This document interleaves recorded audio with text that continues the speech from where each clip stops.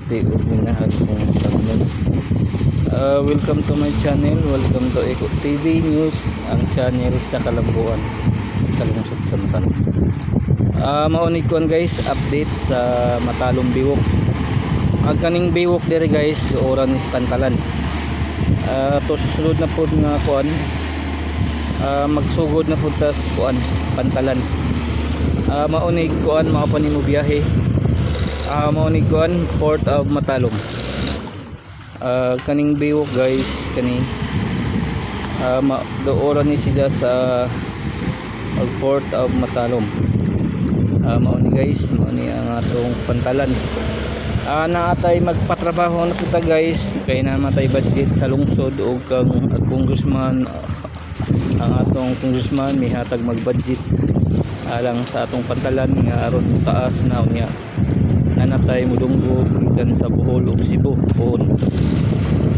Sa dili madugay magpatrabaho na putas ato ang Pantalan nga mosumpay ni kini pa nga dunay mudunggo sa Bohol ug Cebu pohon. Mao ni update sa Matalom Biwok o sa Pantalan diri sa lungsod sa Matalom. Welcome to my channel, welcome to Eko TV, ang channel sa Kalambuan sa lungsod sa Matalom. Mao ni katong kang guys, future biwok ongoing pa ni niya, hangyo lang nako ninyo Matalom nun. Ato gayong suportahan ang administrasyong kanunay headed by to our beloved Mayor Eric S. Baronio o mga kawan. At ato gayong silang suportahan guys para magpadayon ang mga programa nga gihimo alang sa Kalambuan sa lungsod sa Matalom.